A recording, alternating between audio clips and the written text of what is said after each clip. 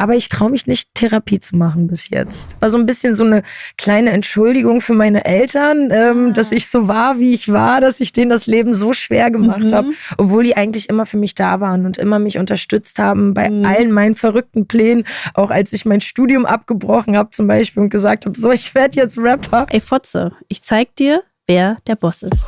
Musik kann trösten, auffangen und Dinge ausdrücken, für die es keine Worte gibt. Aber was passiert, wenn Musik mehr wird als Unterhaltung?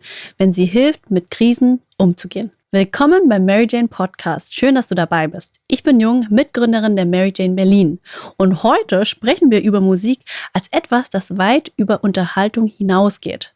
Bei mir ist Antifuchs, Rapperin, Künstlerin und für viele Menschen jemand, der Dinge sagt, die sie selbst nie so aussprechen würden. Herzlich willkommen, Fuchs. Ich freue mich, heute hier zu sein. Ich teste gerade das Ziehen von Weisheitskarten für den Beginn. Das heißt, wir ziehen einfach für unsere Session eine. Du machst das mit links, das ist so die intuitive Hand. Und du guckst sie dann an, sagst mir die Nummer, ob die falsch herum oder richtig herum ist. Und dann lese ich einfach mal vor, was da so kommt. Bin ich gespannt, was wir da heute rausziehen. Was wir unsere Session sein wird. Oh, sie ist richtig rum. Die 30, Tick-Tack. Okay, die 30. Tick-Tack. So. Das hört sich nach Zeit an. Ja. So. Zeitlosigkeit, göttliches Zeitmaß, Unermesslichkeit der Zeit. Die Botschaft des Orakels. Als die Menschheit die Zeit erfand, wurde alles anders und eng. Die Menschen begannen, das Leben in linearer Weise zu betrachten und gewöhnten sich an die Vorstellung, dass die Vergangenheit hinter ihnen und die Zukunft vor ihnen liegt. Was aber, wenn diese Vorstellung nicht der Wirklichkeit entspricht? Was, wenn alles Kreativität, Schönheit, Chaos und Ordnung sich im Jetzt ereignet, in einer großartigen Zeitlosigkeit? Du hast alle Zeit der Welt, dir als Mitschöpfer das Leben zu erschaffen, nachdem du dich sehnst. Lass also ab von deinen Pläne schmieden. Löse dich vom Bedürfnis, jeden Augenblick deinen Erwartungen entsprechend zu formen. Was wahrhaftig dein ist, wird dir niemals vorenthalten bleiben. Wunder sind stets um dich und werden genau dann geschehen, wenn du ihrer bedarfst. Wow, schon wieder so deep hier. Ja, deep. Zeitlosigkeit. Krass. Und ich habe gestern noch überlegt, ich habe da gestern eine andere Aufnahme gehabt, so, brauche ich hier vielleicht eine Uhr, damit ich auf die Uhr achte? Und mein Tontechniker auch so, nee, weil dann lässt du dich wieder stressen und mach's einfach so, wie es sich für dich richtig anfühlt. Und deshalb. Ja, die perfekte Karte dann für heute. Ja, weil gefühlt, ich habe ja einen kleinen Sohn und für ihn gibt's gar keinen Stress. Nur für uns, weil es gibt Deadlines, Zeiten. Ja. Und er lebt einfach im Jetzt, ne? Ja, das ist sehr, sehr bemerkenswert. Ja, danke auf jeden Fall für den Impuls. Ja, okay. Ich habe so meine Standard-Einstiegsfrage und zwar, was ist dein Erlebnis rund um Cannabis, was dich am meisten geprägt hat? Oh, am meisten? Das ist schwierig. Das ist wirklich, wirklich schwierig, weil es einfach so einen großen Teil von meinem Leben einnimmt, auch von meinem Schaffen, von der Arbeit, von der Freizeit irgendwie. Wie viel rauchst du denn? Viel. All day, every day. Was heißt denn viel? Also jetzt momentan tatsächlich gar nicht so viel für meine Verhältnisse, weil ich habe immer im Oktober so einen Detox-Monat, dann kiffe ich einen Monat gar nicht. Ja. Da bin ich auch sehr stolz auf mich, dass ich das kann und versuche das mir auch immer jedes Jahr zu beweisen, so es geht auch ohne, wenn ich wollte.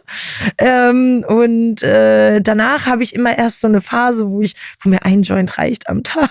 So, jetzt bin ich mittlerweile so bei 2, 3 Joints und ja, ich sag mal so gegen Mitte des Jahres werde ich dann so auf meinen 5, 6 Joints am Tag sein, denke ich.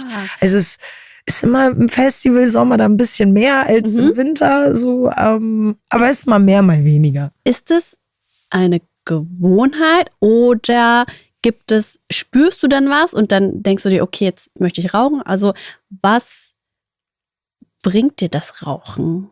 Also ich merke jedes Jahr, auch vor allem in diesem Detox-Monat, dass ich voll gerne diese Entspannung habe von Cannabis. Auch ich habe Skoliose und einen schiefen Rücken und der tut immer ganz gerne dann in der Zeit weh. Was ist Skoliose ist, wenn du so eine schiefe Wirbelsäule hast und chronische Rückenschmerzen halt so. Okay. Und deswegen merke ich immer wieder in diesem Monat, ich rauche auch weiterhin CBD so, weil ich brauche das so ein bisschen, um runterzukommen und meine Konzentration zu behalten.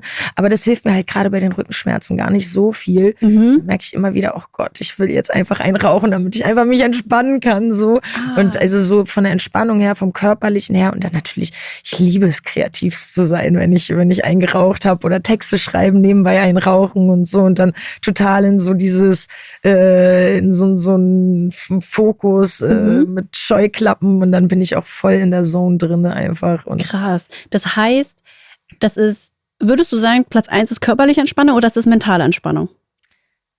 Ich würde sagen, Platz 1 teilt sich körperliche und mentale. Weil ich brauche beides irgendwie, um zu funktionieren. Ja, und weil du sagst mentale Entspannung und das haben tatsächlich auch viele gesagt in der Community, spürst du dann tagsüber so eine Anspannung oder ist es so ein Stress oder wie merkst du, dass du merkst, okay, ich muss jetzt irgendwas zum Runterkommen, weil ich jetzt es nicht schaffe, abzuschalten? Es ist der Stress eher so gegen Abend hin, wenn es dann zum Einschlafen geht und ich merke, boah, meine Gedanken rasen und ich krieg die nicht ruhig, so dann betäube ich die schon, damit der Kopf einfach schlafen kann und so. Aber sonst tagsüber, wenn ich beschäftigt bin, merke ich manchmal gar nicht, dass ich keinen geraucht habe. Also so, ich brauche Beschäftigung auf jeden Fall die ganze Zeit. So abends wird's dann für mich eher so ein bisschen schwierig. Oh, das kenne ich. Also wenn die Stille, die Ruhe kommt, dann kommen sehr viele Gedanken. Was noch zu erledigen ist. Oder was passiert ist. So. Genau, und die ganzen auch, also bei mir schwingen dann auch die Emotionen mit. Also Gedanken, Emotionen, Erlebnisse, habe ich es richtig gemacht, hätte ich es anders machen sollen, was muss ich noch machen? Und das ist aber so interessant, weil das ist anstrengend. Und deshalb verstehe ich auch voll, dass du dann sagst, ey, ich will einfach nur schlafen gehen. Und manchmal, wenn ich die Kapazität habe, nutze ich das gezielt. Ich sage dann, okay, ich habe mich jetzt sehr gut beschäftigt gehalten, um mich abzulenken. Und jetzt ist dieser Moment, wo ich wissen will, okay, wie fühle ich mich gerade? Das versuche ich jetzt so in den Alltag reinzubringen. Und das ist manchmal echt nicht angenehm, weil da teilweise so Emotionen hochkommen und du denkst, muss das jetzt sein? Muss ich jetzt traurig sein und weinen oder wütend sein? Was ist denn das? Und aber ich verstehe, dass man auch, weil wir das ja irgendwie heutzutage gar nicht lernen, ne, mit dem umzugehen, Emotionen, gerade so die Generation über uns. Und wir jetzt aber das jetzt schön aufarbeiten dürfen, oder? Wir brechen, glaube ich, mit vielen so generational Traumas, dadurch, dass wir uns so viel damit beschäftigen. Weil, wenn ich mir meine Eltern, meine Großeltern und so angucke, dann die haben sich mit sowas gar nicht beschäftigt. So, da wurde schön alles unter den Teppich gekehrt, alle Probleme so, ne? Und gar nicht so damit auseinandergesetzt. Und ich glaube gerade wir Kiffer, auch wenn es irgendwie auch welche gibt natürlich, die vieles damit betäuben und zur Seite schieben, dass doch viele den Effekt vom Kiffen haben, dass sie sich dann damit beschäftigen müssen irgendwie. So, wenn es nicht gerade zum Einschlafen ist. Hast du denn auch mal das Rauchen dazu genutzt, um was, sag ich mal, emotional aufzuarbeiten oder was reinzuschauen? Und wie war die Erfahrung für dich? Also ich spiele ja immer damit, gerade mit diesem Detox und sowas, so da ich habe 15 Jahre durchgekifft und mir haben immer alle gesagt, so ja, das schaffst du doch sowieso nicht und das kannst du nicht und Junkie und sowas. Und dann habe ich gesagt, ey, wisst ihr was, guckt mir zu, wie ich das kann. So, natürlich kann ich das. So, ich bin voll stark. So. Und dann habe ich das einfach versucht. War gar nicht so einfach dann die ersten Tage, aber dann hat sich der Körper dran gewöhnt und du merkst auch so, okay, es geht auch ohne. Und das ist so, dieses so sich austesten und sowas, dann reflektierst du dich und merkst das und denkst dir krass so und gleichzeitig habe ich eine EP geschrieben, die hieß Detox und habe diese ganzen... Was heißt EP?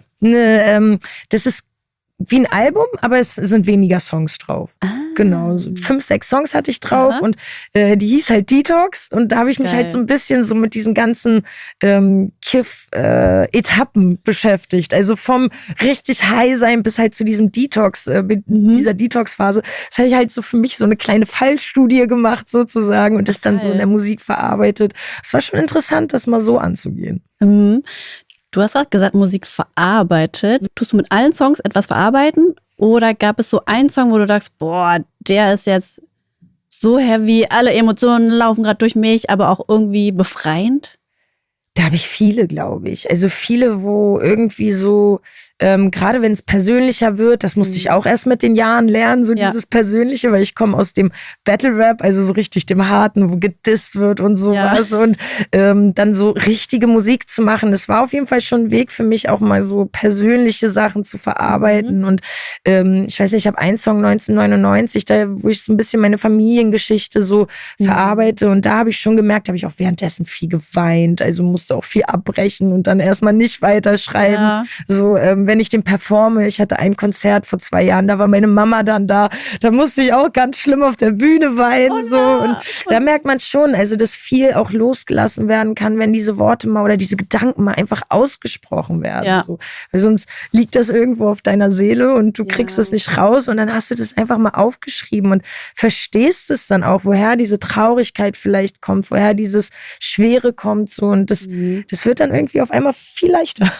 Krass. Und war das hauptsächlich Trauer oder waren da noch so andere Emotionen, als du diesen Song?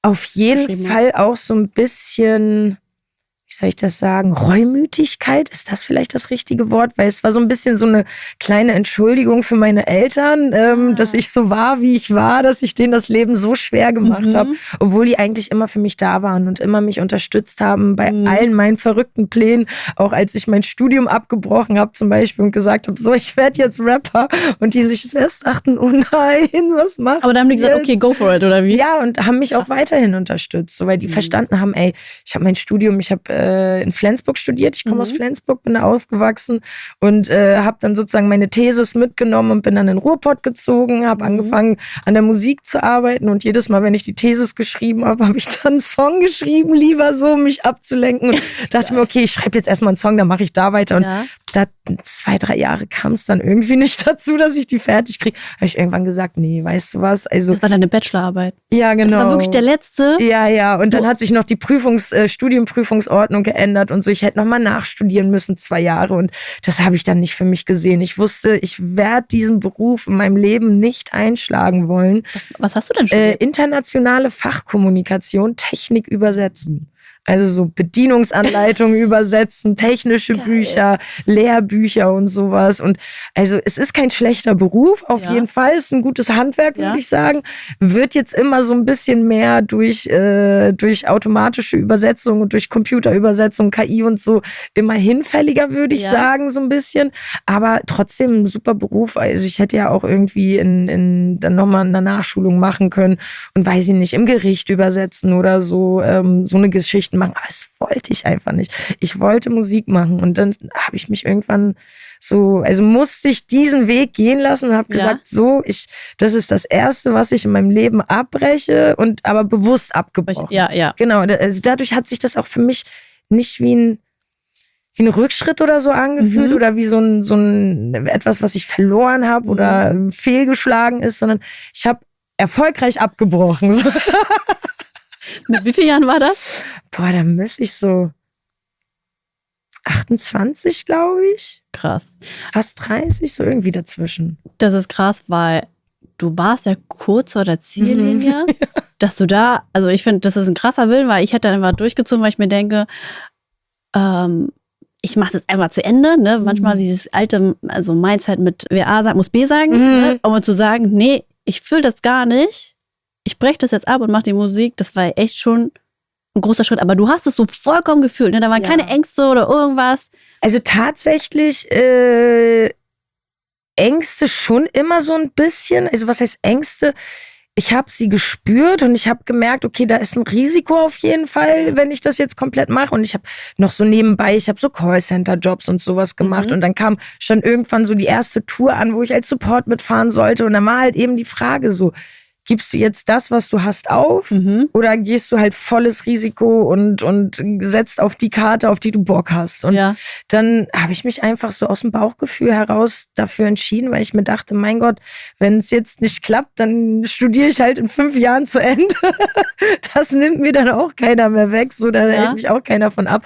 Und ich mag das eigentlich auch ganz gerne, gerade auch so, wenn ich Angst habe oder wenn ich merke, ich bin aufgeregt oder so, genau in die Situation rein. Weil wenn ich sie dann erstmal überlebt habe, weiß ich, dass ich es kann. So. Und das macht mich nur stärker. Und ich liebe diese Situation, wenn ich so unsicher bin, Angst habe, weil irgendwie merke ich dann, was ich kann. Ach, krass. Aber hast du das schon immer lieben gelernt? Oder hast du erst mit der Erfahrung, okay, ich habe jetzt Vollschiss, ich mache es jetzt und hast gemerkt, boah, ich habe es ja geschafft und gemerkt, wie stark du eigentlich bist und weißt, okay, mit jeder Aufregung, Unsicherheit kannst du nochmal eine neue Stärke von dir entwickeln. Ja, ich glaube tatsächlich, dass ich da schon immer so wenig drüber nachgedacht habe, so über Ängste oder sowas und ob es jetzt irgendwie schief gehen könnte. Das ist erst so eher im Nachhinein passiert, so rückblickend. So, war ganz schön gefährlich. Ja, hätte auch schief gehen können. Aber ich glaube tatsächlich, dass da so meine Jugend voll große Rolle spielt, weil ich war 15 Jahre Cheerleader und bin durch die Luft geflogen, bin auf Pyramiden gestiegen und sowas und da habe ich halt gar keine Angst gehabt. Also wirklich, ich habe keine Angst. Null. Also, ey, weil das ist so lustig. Ich habe es mal ausprobiert. Echt geil. Und dadurch, dass ich halt leichter und dünner war, dann musste es nach oben. Die oben. Aber ich hatte übel Schiss. Also wirklich schon dieser erste Move, wo ich einfach nur mein Bein heben musste. So. Also Arme hoch und ich so, krass, ich hab Schiss. Nee, also dann wollten die noch mehr. Ich so, nee, kann ich nicht. Das ist krass, was der Körper dann macht, ne? So wenn du auf hast gar keinen Schiss. Du warst so oben. Und dann wurdest du durch die Luft geschmissen. Wir hatten teilweise auch Männer in unserem Team und das hat besonders Spaß gemacht, wenn sie dich dann geworfen haben. So richtig so Hallendecken berühren und so war ein ganz großes Ding bei mir auf jeden Fall. Das habe ich geliebt. Ich habe auch gerade so die Sachen, wo es ein bisschen gefährlicher wurde, weiß ich nicht, Saltos in der Luft und sowas. Das hast du auch gemacht? Ich habe das geliebt, ja. Wirklich? Und also gerade das. Und wenn du auf die Fresse fliegst, merkst du halt, okay, tat weh, aber geht jetzt auch wieder, ist ein kleiner blauer Fleck, machen wir weiter. So, steht's komisch ab oder blutet es stark? Nein, okay, wir können weitermachen. Aber das Krasse ist, es gibt ja auch Moves, wo du ja alleine, also du hast eine Base und einen Flyer oder keine Ahnung, wie das nennt. Also Partners dann mit dem Mann so zusammen, meinst du? Ja, aber das heißt ja, du musst dieser einen Person komplett vertrauen. Und das hast du auch? Das habe ich auch gemacht, ja.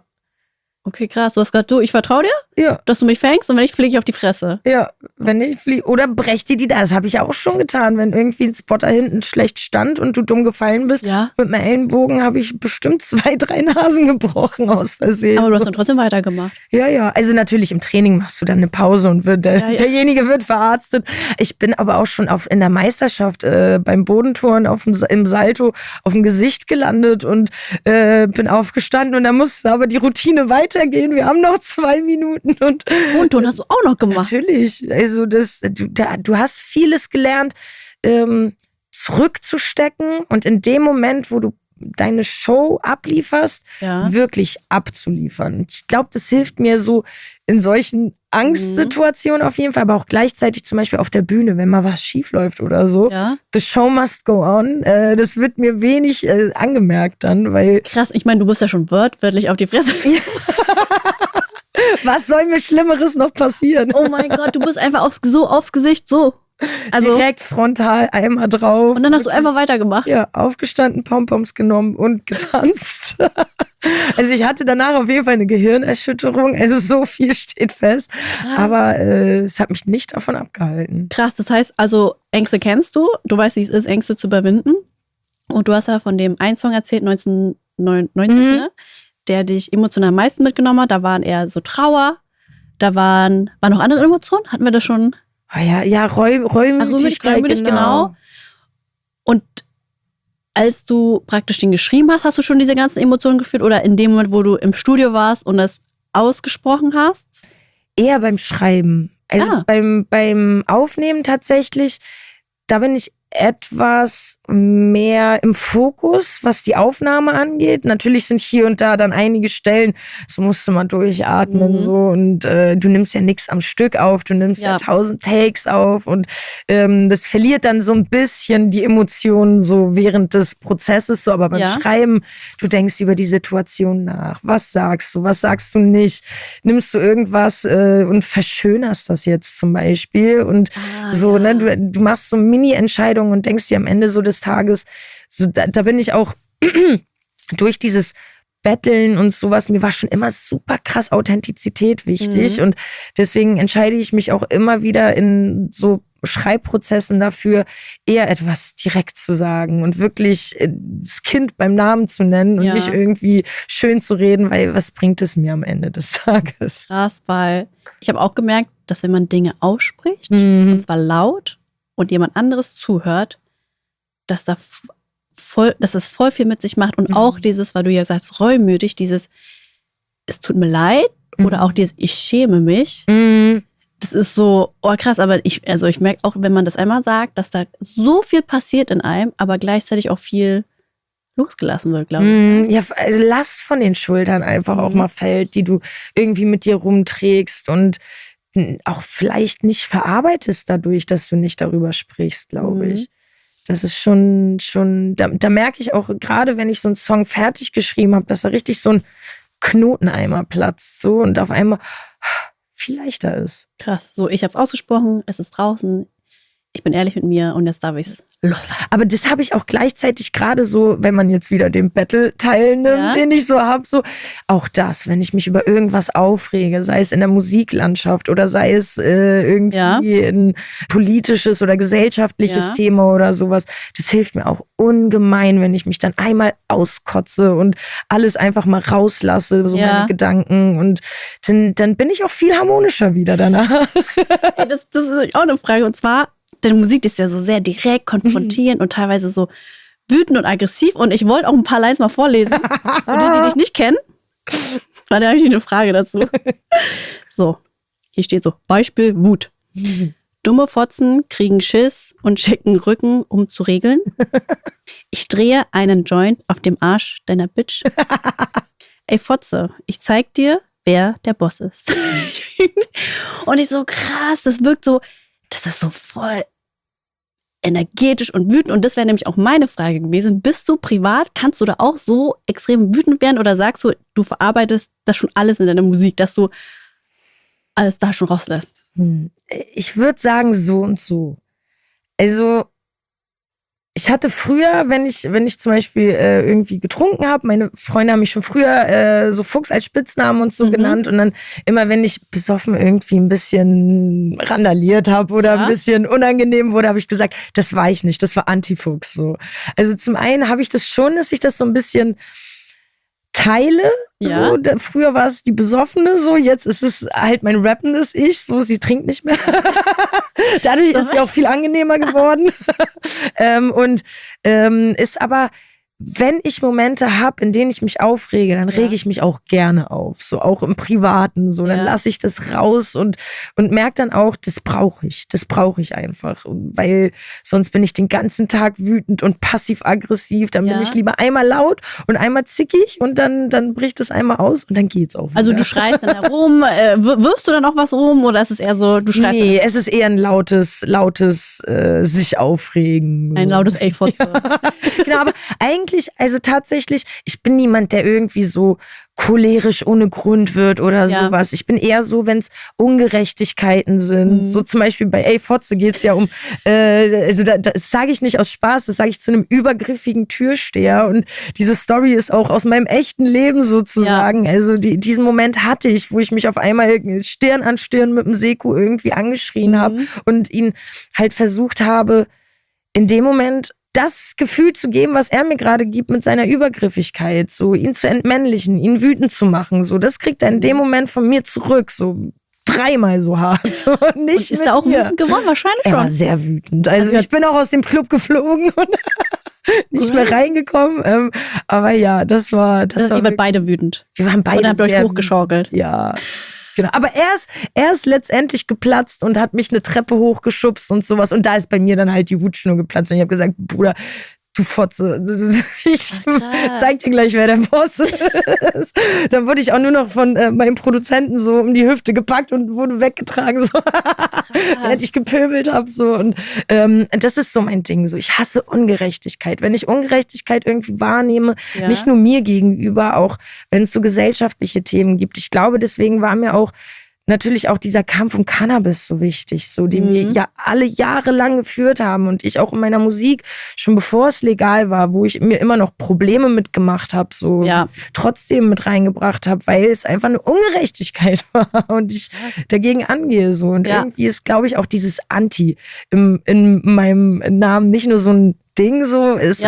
Ich mag halt gerne gegen Ungerechtigkeiten, gegen Widerstände kämpfen. Auch als Frau in Deutschrap war es vor 10 Jahren nicht so einfach wie heutzutage. So, da musstest du dich beweisen und auch gerade so den Männern gegenüber, die eine große, große Instanz sind. Das kennst du vielleicht auch so ein bisschen aus der Cannabis-Industrie, so, dass die Frauen einfach nicht so richtig von Anfang an ernst genommen haben oder zugehört haben und das musste sich erstmal erkämpft werden. Ja, das ist so interessant, weil ich habe so einen anderen Ansatz, weil ich habe ja sowieso ein Thema mit meiner Wut. Ich kann die nicht so gut ausdrücken.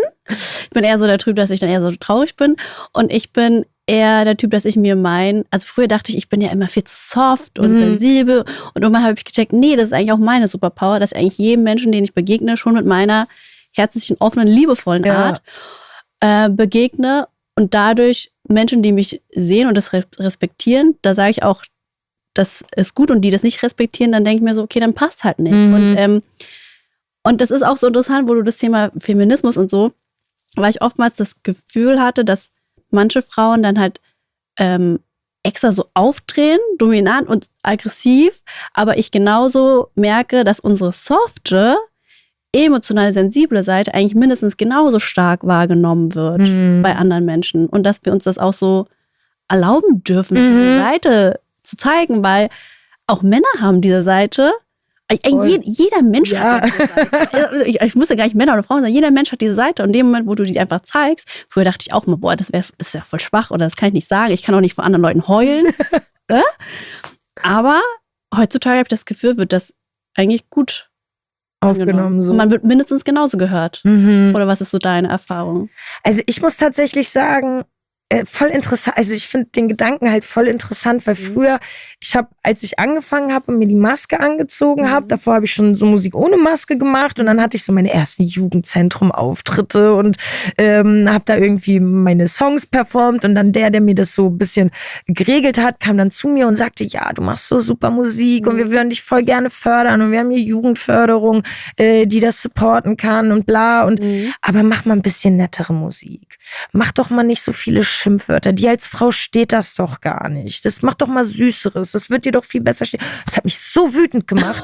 Du sagst mir nicht, wie ich zu sein habe einfach so. Und das war für mich so richtig so ein Trotzmoment und ich dachte mir so, ich ziehe jetzt eine Maske an, fange an mit Battle Rap, mach das so hart, wie ich nur kann, so und beweise allen, dass es so gehen könnte und dann mache ich so den netten Kram ohne Maske und weil ich habe definitiv beide Seiten so irgendwie in mir und das ist so ein richtiges Yin und Yang, weil ich weiß nicht, ob die miteinander kämpfen oder einfach so koexistieren, so, aber ich habe definitiv so eine harmoniebedürftige Seite und eine richtig aggressive, wütende Seite, so, die kommen halt immer zwischendurch raus und damals war es halt total so diese Trotzreaktion und dann habe ich angefangen mit diesem Battle Rap, hatte das auch jahrelang gemacht und habe dann aber auch irgendwann angefangen in meiner Musik auch softe Seiten zuzulassen und mal das Ganze auch unter der Maske sozusagen von diesem Antifuchs-Blickwinkel auch mal andere Themen zu bearbeiten, wie eben Liebe oder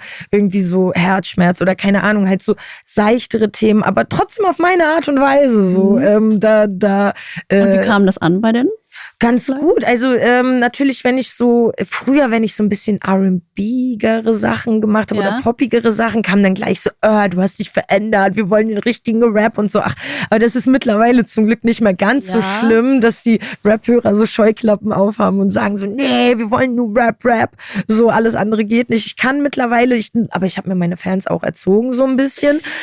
Ich kann einfach machen, was ich will, so, weil ich eben auch mich auch so hasse festzulegen. Ich kann dir jetzt nicht sagen, ich mache den und den Rap oder so Boom-Bap-Rap oder ich mache so den Rap. Ich mache halt alles, worauf ich Bock habe in dem Moment. Alles, was ich gerade fühle und was irgendwie eine Emotion von mir anspricht. Ich höre mich gerne durch Beats und wenn einer mich dann packt, dann merke ich sofort, okay, das Thema, der Beat so oder wir sitzen im Studio und ich sag, das fühle ich gerade und dann fangen wir etwas an zu bauen und dann geht's genau so die Leinwand, die ich gerade brauche sozusagen und das bringt schon Spaß, da irgendwie sich gar nicht zu limitieren. Das habe ich auf jeden Fall in den letzten Jahren so gelernt für mich. Also du passt praktisch dank des einen Tipps von dem erstmal deine aggressive und noch mehr aggressivere, wütende Seite rausgelassen und irgendwann hast du dir dann auch erlaubt, alle Seiten. Aber woher kam die Erkenntnis, dass du sagst, nee, ich erlaube mir jetzt auch alles zu sein?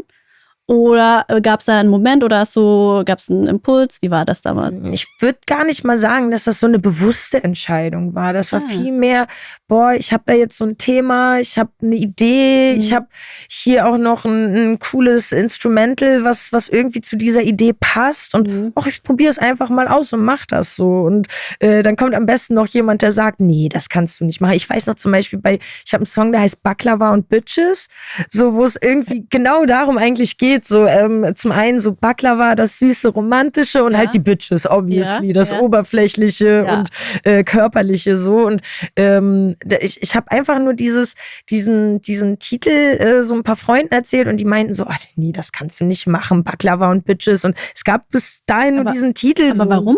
Ja, dachte ich mir auch, dann denken die Leute, du willst Bitches. Ich sag, ja, na und? Also selbst dann so, ne? Und ich war so, wie könnt ihr von dieser einen Idee schon judgen, was ich daraus machen will und ob das cool ist oder nicht, lasst mich mal erstmal machen. So. Und gerade so, dann kommt wieder dieser Trotz in mir hoch. So, ich bin auf jeden Fall ein Trotzmensch und ich will es den Leuten beweisen, dass es so geht, wie ich das mir vorstelle, dass das geil ist. So. Und daraus habe ich einen super Song gemacht, den ich bis heute liebe. So. Und ich glaube, da habe ich genau so diese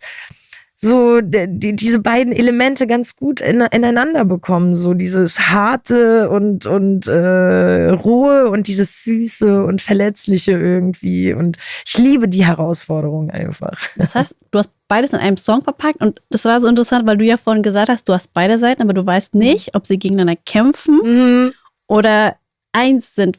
Woher hast du diese Fragen? Also warum denkst du, kämpfen die gegeneinander und warum denkst du, gehören die auch irgendwo zusammen? Weißt du, was ich meine? Ich glaube, also zum einen natürlich gerade, wenn ich so wütend bin oder sowas, merke ich manchmal, schalt mal einen Gang zurück. Ist alles gerade gar nicht so notwendig, wie du hier ausrastest. So. Und hab dann auch dieses Harmoniebedürfnis absolut so. Ja. Und, gerade das, auch Traurigkeit, wenn du dann aber viel lieber glücklich sein willst in dem Moment. Ja. So, diese Zerrissenheit so in einem, so die eine Emotion fühlen, aber sich nach der anderen sehen. Ja. So, das ist schon etwas, was ich merke, was ich auf jeden Fall so in mir spüre, so. Aber gleichzeitig merke ich auch immer wieder, dass dieses Rauslassen total gut tut und dann ab dem Moment können einfach beides so koexistieren irgendwie. Ja. Diese Wut ist zwar immer noch irgendwie da und sie verschwindet ja auch nicht nur dadurch, dass du es einmal ausgesprochen hast, aber sie lässt sich besser mit der Harmonie dann vereinbaren. Das ist so krass, weil ich habe ja eher so ein Thema mit meiner Wut, ich kann ja so traurig sein und sowas, ne? Und ich habe immer gelernt, wir sind nun mal Mensch, wir haben all diese Emotionen und wenn wir uns die nicht erlauben oder einmal durchfühlen, dann können die auch irgendwo nicht aus unserem System raus, weil das ist ja irgendwo alles im Körper gespeichert und deshalb lerne ich zum Beispiel gerade meine Wut auszudrücken. Ja, genau, deshalb ist es so lustig, weil wir so gegensätzlich sind. Witzig, ne? Und und ich merke aber auch, dass Musik, früher habe ich als Teenager nur Musik gehört, weil so, klingt ja cool hier, vor allem R&B und so. Aber mittlerweile höre ich da eher viel bewusster hin und spüre dann in meinen Körper rein und sage euch, was macht diese Musik gerade mit mir? Ich meine, zum einen sagst du verarbeitest viele Emotionen und Erlebnisse in deinem Leben dafür, aber gleichzeitig glaube ich ja auch, dass die Zuhörerschaft, deine Fans was fühlen, wenn sie das hören, was sie hören. Und dass da wahrscheinlich auch so eine Art Verbindung zwischen dir und deinen Fans entsteht. Und da wäre nämlich auch die Frage gewesen, was glaubst du, was du in deinen Fans auslösen kannst mit deiner Musik? Und welche Verbindung du so spürst zu denen, auch wenn du auf der Bühne bist?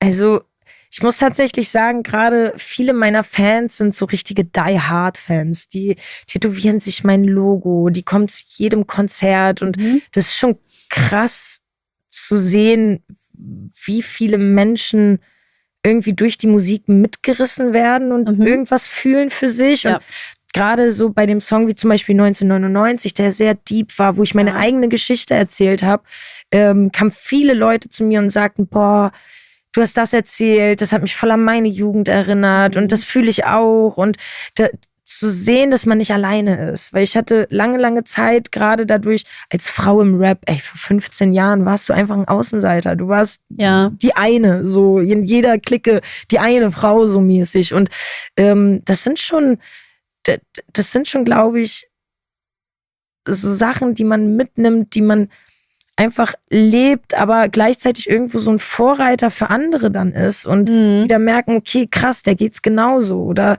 die hat genau solche Gedanken wie ich und da merkt man dann schon, obwohl du deine eigene Geschichte erzählst, verbindest du dich mit Menschen, denen es genauso geht irgendwie und das ist immer total überwältigend für mich. Auch jedes Tattoo, das ich sehe, was irgendwie gestochen ist, das geht, also das Wahnsinn, das lässt sich gar nicht in Worte ausdrücken, was für ein Gefühl das ist, so eine große Rolle irgendwie mit dieser Musik auszulösen. Ja, und das ist voll die wichtige Aufgabe, die du machst, weil ich meine, gerade die älteren Generationen, wenn man denen erzählt, irgendwie das belastet mich oder die Erfahrung, dann kamen ja manchmal so Kommentare wie, ja, hab dich nicht so oder war doch nicht so schlimm. Ja, früher brauchten wir auch keine Therapie. Standardsatz, wo ich mir denke, nee, und dann, wenn dann jemand ausspricht, ey, das hat mich belastet, dass man sagt, krass, mich hat's auch belastet und ich muss mir jetzt nicht einreden, dass das irgendwie, dass ich jetzt schwach bin oder dass es etwas ist, wo ich drüber hinwegschauen muss. Und deshalb, ich glaube, da gibst du den Leuten echt Mut, sich einzugestehen, hey, die Zeit war hart, auch wenn meine Eltern sagen, hab dich nicht so. Nee, sorry, war halt hart. Und darf ich jetzt so ein bisschen mir anschauen, aufarbeiten, was auch immer in Heilung bringen. Und ja, deshalb. Voll. Ich glaube auch, dass das, also gerade auch bei meinen Fans, dieses Außenseiter sein, seinen Platz so nicht richtig wissen, so, das habe ich auch die ganze Zeit in mir. Ich frage mich immer wieder, so, bin ich hier richtig? Gehe ich den richtigen Weg, so? Und habe auch schon ein bisschen so manchmal das Gefühl, okay, ich bin jetzt so eine Sonderposition, die ich hier kriege, so, ich gehöre nicht richtig dazu, aber bin auch nicht richtig so ausgeschlossen, aber irgendwie schon ein Außenseiter und das dann irgendwie zusammenzukommen, gerade auf Konzerten, also das zu sehen, dass da wirklich durch die Bank weg so viele verschiedene Menschen einfach kommen, weil es halt auch in meiner Musik nicht darum geht, irgendwie wie du aussiehst, was du an Kohle hast oder sowas oder wen du liebst oder also so viele Dinge spielen keine Rolle. Du kannst einfach du selbst sein. So. Und du wirst in diesem Safe Space akzeptiert, genauso wie ich akzeptiert werde. So, ich bin eine kiffende, passiv, aktiv, aggressive, Verrückte mit einer Maske so. Und aber auch mit einer sehr emotionalen Seite. Und wird auch irgendwie akzeptiert. Und ich glaube, das ist so ein bisschen so der Safe Space, so meine Musik und die Konzerte, die einige dann haben. So, das ist schon schön. Oh, das ist aber eine schöne Verbindung, die ihr da so habt. Ja, kommentiert doch gerne mal, was für Emotionen euch so durchlaufen, wenn ihr die Musik von Fuchs und auf Konzerten geht. Da wäre ich wirklich neugierig. Dann gehe ich auch mal so und weine dann in der ersten Reihe. So, Fuchs, ja, ich war so genauso bei mir. Cool. Und gibt es aber auch Momente, wo du sagst, die Musik belastet dich? Also komplettes Gegenteil? Gerade in so Phasen, wo ich nicht so kreativ sein kann, dann belastet mich das am meisten tatsächlich, wenn ich merke, diese Gedanken oder diese Gefühle, die ich auch habe, können nicht ausgesprochen werden gerade oder ich finde keine Worte, um sie zu greifen. Es passiert auch manchmal so, und das macht mich ganz schlimm also das macht mich auch wütend richtig, so mit mir selber. So ich frage mich dann, warum kommt das da nicht raus? Krass. Aber wie funktioniert? Du sagst halt, ich will in ein paar Monaten einen Song rausbringen, ich setze mich jetzt hin, ich fühle da was. Kannst jetzt aber, also wie ist dieser Prozess, oder hast du ein Erlebnis und sagst, daraus mache ich jetzt einen Song, oder spürst du einfach in dich hinein und sagst, boah, da geht was ab, aber ich kann es gerade gar nicht benennen? So und so. Okay. Also ich gehe da von vielen verschiedenen Seiten dran ran. Manchmal hast du einen Impuls und musst ihn sofort umsetzen und suchst dir dann alles zusammen, was du brauchst sozusagen. Ruf meinen Produzenten an, komm, wir gehen ins Studio, ich habe eine Idee. So. Ja. Und manchmal sitze ich wochenlang zu Hause, hab ein Thema oder hab ein Beat, auf den ich schreiben will und es kommt nicht raus. Und ich weiß, was ich sagen will, aber ich weiß nicht wie. So, weil ich hasse auch leere Texte. Ja, was meinst du mit, ich weiß, was ich sagen will? Du weißt dann die Hauptaussage oder die Hauptemotion, aber hast jetzt nicht die ganz einzelnen Zeilen. Genau, weil ich will ja auch Texte schreiben, die irgendwie interessant sich anhören oder die gut gehört werden können einfach. Und ich meine, ich arbeite jetzt an meinem 4. Album. Ich bin auf jeden Fall ein Albumkünstler. Ich tue mich da so ein bisschen schwer mit Singles und mag gerne so zusammenhängende Projekte, weil eben genau dann sich so, ich mache viel, was ich will und es klingt immer ganz wild und zusammenhangslos, aber wenn du das ganze Bild dann irgendwie auch in einem Album zusammenfügst, macht's auf einmal Sinn. Du denkst dir, okay, ich verstehe jetzt so, was der rote Faden ist. Auf einmal ist dann einer da und deswegen glaube ich, dass ich absolut ein Albumkünstler bin, aber genau das ist so ein bisschen die Schwierigkeit zu finden, wo geht's hin, thematisch jetzt, worüber redest du, worüber du noch nicht geredet hast oder was sagst du, wie hast du es noch nicht gesagt, auch wenn du mal eine Aussage genauso treffen willst und das beschäftigt mich halt ganz krass, so Worte und so diese Kleinigkeiten sozusagen und dann manchmal habe ich das, also zum Beispiel der letzte Titeltrack meines Albums Feminem, ich hatte halt diesen Titel. Feminem ist natürlich angelehnt an meinen Lieblingsrapper Eminem so und war für mich natürlich ein großer Titel, den ich mir darauf schreibe. Und ich dachte mir, okay, da muss auch ein Titelsong natürlich her, das brauche ich, aber der muss dem auch gerecht werden. Ja. Und ich habe daran fast 2 Jahre geschrieben. Ich habe 5-mal ein Beat verworfen, 5-mal was anderes genommen. Du schreibst alle selbst, ne? Ja. Okay. Manchmal sitzen wir natürlich auch so im Studio zusammen alle und haben dann, sag ich mal, so ein Kreativspace so, aber eigentlich schreibe ich meine Texte so alleine und auch gerne so zu Hause auf der Couch mit einem Joint.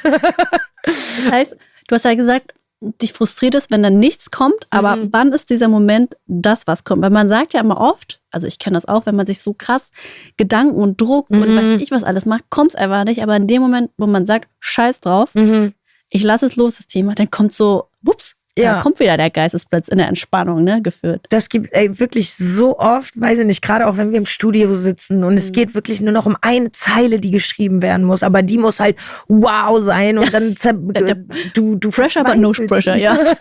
Du verzweifelst richtig daran und dann sagst du, okay, nee, komm, wir machen jetzt eine kurze Raucherpause, wir gehen kurz frische Luft schnappen und auf einmal, während du am Rauchen bist, aber ey, dann wird zurück ins Studio gerannt und sofort aufgenommen und das, also ich merke auch wirklich, das habe ich so, würde ich sagen, zu meinem 2. Album gemerkt, so, weil ich habe auch immer gedrückt und gemacht und getan und irgendwann habe ich gemerkt, manchmal braucht es auch ein bisschen Ruhe einfach, so ein bisschen loslassen und sich diesen Druck nicht so selber machen. Dabei hilft mir definitiv das Kiffen dann. So, das ist dann auch wiederum gutes Therapiewerkzeug. So. Ja, okay, das heißt, für deine Kreativität rauchst du gerne? Absolut. Weil du merkst, du kannst loslassen. Hast du da auch andere Ideen, als wenn du jetzt nicht rauchst? Also tust du jedes Mal rauchen, um kreativ zu werden, oder machst du das mal so, mal so? Mal so, mal so. Gerade seit ich diese Detox-Monate angefangen habe, ich glaube, ich hatte jetzt mein 3. Jahr, wo ich das durchgezogen habe, habe ich auch definitiv, ich hatte so einen Schiss davor, du hörst jetzt auf zu kiffen und dann bist du nicht mehr kreativ, so. Das war wirklich eine Angst vor mir, so, ne? Dadurch war es auch natürlich so umso interessanter, mich dieser Challenge so zu stellen und das durchzuziehen. Und tatsächlich, also ich habe da, wo ich dann aufgehört habe den Monat, habe ich das Album fertig geschrieben, ich habe die EP fertig geschrieben, ich habe so viel irgendwie kreativ auf einmal geschafft, was ich von mir gar nicht gedacht hätte. So. Und ich hatte wirklich Schiss, dass es nicht geht. Und dann ging es doch. Und seitdem bin ich eigentlich viel entspannter, was so diesen Kreativprozess so, also ich mache mir gar keine Gedanken mehr darüber, wie das jetzt kommt. Es wird schon kommen. Früher oder später kommt es schon. Das kommt so mit dem Alter, dieses Mindset. Ne? Früher hat man sich immer gedacht, also ich auch als Unternehmen, nein, ich muss das so machen, ich muss das planen, es muss einen 5-Jahresplan geben, einen Jahresplan und dann macht man sich da voll den Stress. Und irgendwann, wenn man das so ein bisschen loslässt und sagt, nee, ich habe jetzt Vertrauen in den Fluss des Lebens, wie auch immer das passiert, dann kehrt mehr so innerer Frieden an und dann fließt das auch, wie du sagst. Du hattest ja kurz das Gefühl, oh Gott, kann ich ohne Rauchen überhaupt kreativ sein? Irgendwann hast du gecheckt, nee, jetzt ist ja eigentlich, Kreativität ist ja in mir, fließt ja auch, wenn ich mir ja keine Gedanken mache oder keine Sorgen oder so. Voll. Und wenn es halt nicht läuft, dann machst du halt einen Song über diese Phase, wie es dir gerade geht, in diesem nicht kreativ sein können. So, ne? Die Themen sind ja, und das ist ja auch das Schwierige am Musik machen. Ja? Es gibt ja, du kannst ja alles machen. Und das macht es so schwer. Kann mir jemand das Thema vorgeben? Ja. Wie in der Schule. Sag mir einfach, worüber ich schreiben soll. Das macht es manchmal halt wirklich nicht einfach, weil du halt alle Möglichkeiten der Welt hast. Und du musst dich dann für eine entscheiden. Das fällt mir manchmal richtig schwer, so dieses, wo fange ich an? Wo setze ich jetzt an? Okay, krass. Aber trotzdem hast du immer so, wie entscheidest du? Entscheidest du denn, okay, intuitiv ist es jetzt das Thema oder hast du deine 10 Themen und dann tust du ein Los und wie? Das ist dann, glaube ich, wieder eher tagesformabhängig. Fühle ich mich jetzt gerade gut und will einfach nur einen Song schreiben, wo ich einfach Spaß haben will und dann schreibe ich so einen Song wie ein Joint, ich drehe einen Joint auf dem Arsch deiner Bitch so. Oder will ich halt wirklich jetzt zum Beispiel gesellschaftskritisch jetzt werden? Ja. Es sind so viele Themen gerade, die mich beschäftigen. Das hatte ich zum Beispiel zu den letzten Bundestagswahlen letztes Jahr, wo wirklich, also auch medial alles, das Internet, das Fernsehen, alles so voll damit war und du dich von diesem Thema schon gar nicht mehr retten konntest. Ja. Ich hatte eigentlich an einem anderen Song geschrieben, aber habe dann Ich hasse Menschen rausgebracht und fertig gemacht, weil einfach so diese ganzen Themen mich so belastet haben, so dieses Politische und so und mich auch in meinem Tun irgendwie beschäftigt haben. Jede Session im Studio, früher oder später gab es auf einmal eine politische Diskussion so und dann habe ich gemerkt, okay, scheiße, das Thema muss jetzt gerade sein und ich tausche jetzt nochmal die Singles und gucke, dass ich den fertig kriege, weil das brennt richtig in mir so. Ja. Die Gedanken kreisen darum und ich muss darüber jetzt einfach mal nachdenken, es aussprechen und dann auch ein bisschen loslassen so. Würdest du sagen, dass dich die Musik irgendwo auch bewusster leben lässt? Weil wie du ja sagst, du fängst mit einer Single an, mit einer Idee und merkst, nee, das ist gar nicht das, was mich gerade voll beschäftigt oder emotional mitnimmt. Eigentlich ist es was ganz anderes und darüber schreibe ich jetzt. Manchmal auch schön, von außen irgendwie zu etwas gezwungen zu werden, worauf du gerade gar keinen Bock hast. Wie zum Beispiel, was meinst du? Was heißt gar keinen Bock? Das ist auch so schwierig auszudrücken. Ich mache eigentlich nur das, worauf ich Bock habe. Und es ist auch das Schöne in meinem Tun, was ich mir halt so nach dieser Studienzeit ausgesucht habe, so dass ich immer mache, worauf ich Bock habe. Und eigentlich geht's mir damit immer irgendwie gut. Weil du meintest gerade, es tut auch mal gut, wenn jemand dir sagt, was du tun sollst. Mhm. Was meinst du damit?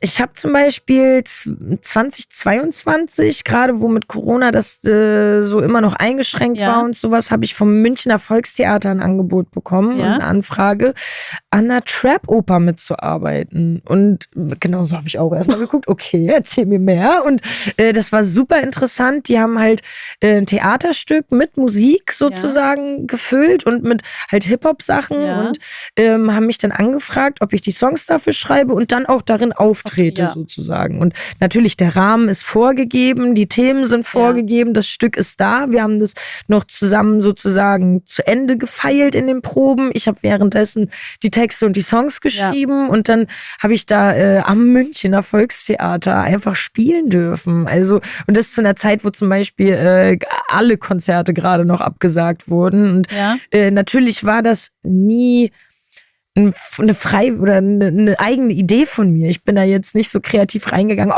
ich mache jetzt eine Trap-Oper. Ich frage, ob das Münchner Volkstheater gerade zufällig was macht, sondern das wurde mir gewissermaßen gegeben. Nicht unbedingt aufgezwungen. Ich glaube, das ist zu negativ gesagt. Ich glaube, ich weiß, was du meinst, weil ich meine, wir sind ja auch Unternehmer und das ist so, von außen sehen selbstständige, erfolgreiche Menschen immer so, oh ja, die haben ja alles, die haben dies, die haben Haus, Geld, Familie, whatever, die haben doch nichts zu meckern, sage ich mal. Aber ganz ehrlich, man trägt so viel Verantwortung. Total. Alles hängt ja von dir selbst ab. Du musst ja sogar deine Versicherung, also deine Rente, alles musst du dich drum kümmern. Du hast Mitarbeiter und diese Last, die dann manchmal auf einen, also ich kenne das auch, dadurch habe ich früher, also ich arbeite auch dran, immer neige ich dazu, denn, dass mein Kopf auch nicht abschalten konnte. Ich muss immer was tun, weil wenn ich nicht tue, dann gefühlt habe ich Existenzängste schon. Total, dann steht alles still, weil macht ja keiner für dich, ne? Ja, genau, und das ist immer diese Angst und wenn man mal jemanden hat, wo der einfach sagt, hey, du musst nur das machen und der Rest, da trägst du nicht die Verantwortung für, das ist, von außen sieht es nach nicht viel aus, aber innerlich, das ist so ein fetter Stein eigentlich. Deshalb verstehe ich, wie du gesagt hast, manchmal, wenn du deinen Auftrag hast du nicht so diesen großen Druck, jetzt 100 zu performen, weil du genau weißt, ich habe jetzt diese kleine Aufgabe, die liefere ich und du kümmerst dich ja schon um den. Du kümmerst dich um die Verantwortung. Ja, genau. Wenn dieser Laden brennt, bin ich es nicht gewesen. Ja. Das ist schon schön, manchmal dann auch so, ne, diese Verantwortung abgeben zu dürfen. Also das habe ich auch schon gemerkt. Natürlich war das in der Zeit auch absolut, also mein Lichtblick sozusagen, ne? Gerade in der Zeit, wo keine Konzerte stattfinden und ich war jetzt nicht so der Internetkünstler, sage ich mal. So, da war das schon schön, irgendwie so wieder einen Schritt voranzukommen, gefühlt auch, ne? Und da auch neue Ideen zu schöpfen, weil du dich mal aus deiner Komfortzone rausbewegen musst. Das liebe ich auch so. Wenn ich merke, wenn ich in meiner Komfortzone irgendwann so ein bisschen versacke, so, dann einen Schritt rauszugehen und dann mich mal wieder was zu trauen, bevor ich Schiss habe oder so, oder irgendwas zu machen, wo ich halt unsicher bin oder was ich noch nie gemacht habe. Und das gibt dann immer wieder neue Energie, weiterzumachen. Ja, das heißt, also die Musik hat dir schon einen Weg gegeben, um bewusster zu leben irgendwo, ne? Also dich mit deinen Emotionen, mit deinen Erlebnissen auseinanderzusetzen. Gleichzeitig ist es manchmal auch sehr anstrengend, weil man viel Verantwortung trägt, Leistungsdruck hat und weiß ich was noch für Gedanken, die da einen wahrscheinlich so durchdrehen. Die verstehe ich auf jeden Fall. Und was würdest du anderen Menschen empfehlen, die auch viel zu verarbeiten haben, aber jetzt vielleicht noch nicht so ihren Weg gefunden haben, wie jetzt bei dir die Musik, um all das zu verarbeiten, was sie so zu verarbeiten haben? Reden, mit Freunden reden. Das hilft mir immer ganz, ganz viel, so Telefonate mit Freundinnen, so wenn irgendwas in meinem Kopf ist und ich krieg dieses Thema einfach nicht gegriffen oder sowas. So in Telefonaten, also ich hab 2, 3 Freundinnen, mit denen habe ich richtige Therapiestunden am Telefon, so, das hilft auf jeden Fall. Und auch da wieder merkt man, okay, man ist mit seinen Gedanken nicht allein, dem geht's auch so und vielleicht hat der irgendwie einen super Tipp, wie man da wieder rauskommt und das hilft auf jeden Fall. Also reden ist immer der erste Schritt, denke ich. So. Ja, und ich gehe mal gerne weiter, weil ich rede natürlich auch gerne mit meinen Freundinnen darüber, aber ich bin dann so, okay, du hast dich jetzt beschwert über die andere Person, aber was macht das eigentlich mit dir? Weil die Person ist in deinem Leben und nicht in meinem Leben. Und da gibt es einen Grund dafür. Auch zu verstehen, okay, manchmal geht es einem gut, aber nicht die anderen sind schuld, sondern zu verstehen, hey, ich habe jetzt die Herausforderung, irgendwas hat es ja anscheinend mit mir zu tun. Also, okay, jetzt hast du dich aufgeregt, aber was hat es denn eigentlich mit dir zu tun? Und ich habe so eine Freundin, die hat da auch so ein Freund, über den sie sich mal aufgeregt hat, weil der irgendwie nicht Verantwortung übernimmt, sie alles mal macht. Und dann habe ich gesagt, ja, okay, aber ganz ehrlich, der ist ja wohl in deinem Leben und nicht in meinem Leben. Was glaubst du, woran es liegt? Und dann habe ich sie auch ehrlich gefragt, du regst dich drüber auf, dass der das nicht hinkriegt, aber hast du ihm schon mal die Möglichkeit gegeben, es selbst zu machen? Und wenn er hart auf die Fresse wiegt, es richtig falsch macht, kannst du ertragen, zuzuschauen? Und dann sagt die so, nee, dann mach ich es lieber selbst. Ich so, ja, viel Spaß. Dann reg dich nicht auf. Dann reg dich nicht auf. Wenn du nicht ertragen kannst, dann brauchst du dich nicht aufregen, dass er nichts gebacken kriegt, weil du musst jemandem schon die Chance geben, etwas auszuprobieren, auf die Fresse zu fliegen, neu zu gestalten, es komplett falsch zu machen. Aber wenn du der Typ bist, der alles perfekt sein muss, effizient, und du es nicht erträgst, zuzuschauen, bist du mindestens genauso dann schuld.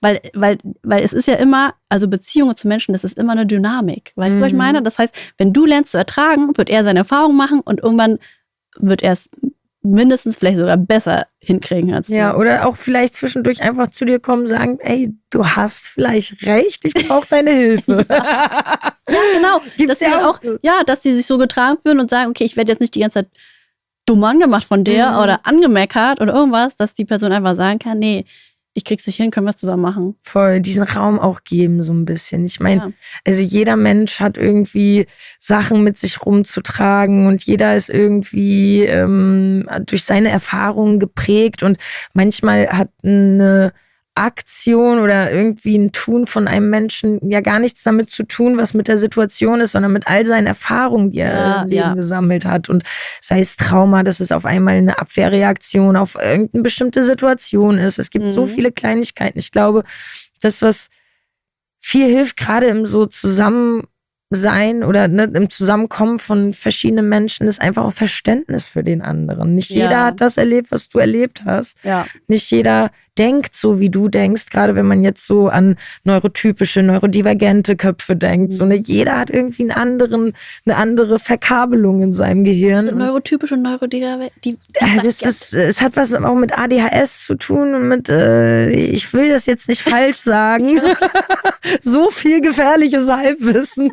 Aber du meinst, also dass jeder eine andere Verschaltung im Kopf hat. Genau. Und deshalb das Leben einfach anders wahrnimmt auch so, ne? Und andere, nicht Konsequenzen, aber andere Schalter betätigen würde als du einfach. Ja. Ich meine, lass zwei Menschen über eine Brücke gehen, frag die, was die gesehen haben, die werden dir zwei verschiedene Storys erzählen. So. Und das ist, glaube ich, das, was wir Menschen so ein bisschen auch immer haben. Wir schließen von uns auf andere immer gleich so. Ja, und nicht nur das hatte ich gestern auch so ein Gespräch, ich will immer Recht haben. Kennst du das? Wenn anstatt man sagt, okay, lass uns mal austauschen und du meinst an was ganz anderes glauben als ich oder deine Realität ist ganz anders als meine, aber es ist doch schön, sich auszutauschen. Nee, das geht dann immer, nee, das geht nicht und das funktioniert nicht und wo ich mir denke, nee, können wir einfach nur offen teilen, was wir glauben, was wir fühlen, was wir meinen und that's it. Ja, voll fühle ich aber. Also gerade auch diese Wahrnehmung und sowas. Jeder hat eine andere und am Ende des Tages wirst du vielleicht das auch niemals so sehen können wie ich so. Manchmal ist das auch in Ordnung, dass du das nicht so siehst. Ja. So, natürlich gibt es auch andere Themen, wo es sich lohnt, denke ich, mit Leuten auch zu diskutieren und sie von einem anderen Standpunkt einfach zu überzeugen. Das mag ich zum Beispiel auch allgemein in meiner Arbeit. Wenn ich irgendwie Entscheidungen treffen muss, ich hasse Entscheidungen treffen. Verantwortung, da kommt wieder das Thema Verantwortung. So, das ist ganz schlimm für mich, aber dann liebe ich das in meinem Team, alle Meinungen einzuholen. Ich will gerne von jedem den Standpunkt haben. Ich würde gerne jeden Blickwinkel betrachten, um für mich am Ende zu entscheiden, okay, was ist für mich wichtig? Was sehe ich, wo teile ich eine Meinung, wo bin ich komplett gegen und dann treffe ich meine Entscheidung, sobald ich alle Blickwinkel habe und weil es gibt ganz häufig so Sachen, wo mich ein gutes Argument von meiner Überzeugung abbringen kann, wo ich mir dann auf einmal denke, scheiße, du hast recht. Aber ist es nicht so, wenn du jetzt was anderes entscheidest, als jetzt ein bestimmter Kollege, dass der irgendwie sauer auf dich ist nach dem Motto, nee, ich habe doch recht. So ist es jetzt nicht. Das hatte ich auch früher so am Anfang meiner Karriere mit den Leuten, die ich um mich rum hatte, dass ich mir genau diese Meinung eingeholt habe, also sozusagen, aber dann sozusagen meine Entscheidung oder meine Meinung am Ende die war, die irgendwo in der Mitte lag, wo am wenigsten Leute sauer auf mich sein können. So. Ja. Das habe ich ganz, ganz lange gemacht und irgendwann hat es einfach nicht mehr funktioniert, sowohl mit den Leuten nicht mehr, als auch für mich selber einfach, weil du dann merkst so irgendwann, du willst es nur anderen Leuten gerecht machen. Ja, genau. Und es läuft hier gar nicht mehr, wie ich das gerne hätte. Und eigentlich ist es doch, ich bin Solo-Artist, ich bin nicht mal eine Band, wo jetzt mehrere Leute eine Entscheidung treffen müssen, was glaube ich auch nicht einfach ist für Bands. Aber es sollte doch laufen, wie ich das gerne hätte. So, ne? Und ich glaube, diese Erkenntnis auch zu haben, Die hatte ich am Anfang meiner Karriere auf jeden Fall noch nicht. Also da war eher so Dankbarkeit für alles, was da ist, Dankbarkeit für alle, die irgendwie mit daran arbeiten möchten und das mitgestalten und sowas. Aber irgendwann merkst du für dich selbst so, nee, eigentlich will ich doch bestimmen, wie es gestaltet wird. So, und das war eine wichtige Erkenntnis auf jeden Fall für mich. Und seitdem, also so seit 5 Jahren oder so, habe ich das auch ein bisschen für mich umgestellt und merke auch immer mehr, dass zum einen die Leute, die ich in mein Team hole, die jetzt so um mich herum sind, in meinem Umfeld, auch genau so eine Leute sind, die zum einen Verständnis für mich haben, zum anderen mir diesen Raum geben. Ja. Mein Manager ist sowieso der allerbeste Divo, der seit 10 Jahren arbeiten wir zusammen und bei ihm hatte ich zum Beispiel schon immer das Gefühl, dass er mich berät, mir all seine Erfahrungen mitgibt, aber mir am Ende die Entscheidung überlässt, weil ich bin der Artist und er dir auch vertraut. Genau und auch nicht vertraut. Manchmal haben wir auch Situationen, wo er mich dann anguckt und sagt, ich hab's dir doch gesagt. Ja, aber so, ne? er vertraut dir trotzdem, dass wenn du jetzt, sage ich so gesehen, aus seiner Sicht eine falsche Entscheidung machst, dass es trotzdem Learning war für dich. Voll. Also deshalb sage ich auch immer, also meine Mitarbeiter haben auch relativ viel Freiraum und wenn ich merke, könnte jetzt kritisch werden, aber ich habe gemerkt, wenn die selbst die Erfahrung machen, ist das Learning viel größer, als hätte ich was gesagt. Als hättest du 10-mal gesagt, aber pass auf, dass du nicht das machst, aber pass auf, dass du und die schon genervt von dir sind oder sowas. Ja, und ich fühle das voll, ich bin auch so neigt dazu, mal allen das gerecht zu machen. Aber eigentlich hast du jeder hat ein Bauchgefühl. So eine Herzensrichtung und wirklich jede Person hat das. Und ich gelernt habe, in dem Moment, wo du einfach diesem Bauchgefühl folgst, dass das Leben viel leichter wird, dass du mehr inneren Frieden hast, weil ich bin auch der Typ, ich schaue dann immer zurück, denke mir, ja, ich hätte ja das machen müssen und ich habe doch eigentlich was. Und diese Selbstverurteilung ist dann auch immer voll, voll stark. Und einfach zu sagen, nee, okay, ich habe jetzt dieses Bauchgefühl und auch Leute um sich herum zu haben, die das respektieren. Das ist so wichtig. Ja, und du die dann natürlich auch ermutigst, hey, du hast auch ein Bauchgefühl. Was glaubst du denn, was wir machen könnten oder in deinem Bereich? Okay, ich weiß, das ist dein Bereich, das ist dein Bauchgefühl, dann machen wir es einfach. Verstehe ich vielleicht nicht, aber let's go for it. Voll. Und dem auch zu vertrauen und das ist schon sehr viel wert. Total. Man braucht immer so einen ähnlichen Wertekompass, würde ich sagen. Das ist ganz wichtig, weil es gibt auch Menschen, da wirst du einfach nicht mit zusammenkommen können. Egal, wie du es versuchst, egal ob mit Streit, mit Harmonie, man wird nie aufeinander kommen. Und das muss man dann aber auch für sich akzeptieren, weil ich glaube, nicht jeder Weg ist dazu da, um ihn gemeinsam bis zum Schluss zu gehen. Manchmal ist auch eine Begegnung dazu da, um aus ihr zu lernen einfach. Ja. Und da bin ich aber auch voll so, dieses, wenn ich einen Fehler mache, zum einen, wenn es für mein Business ist, bin ich ja auch der einzige Mensch, der eigentlich sauer auf mich sein darf.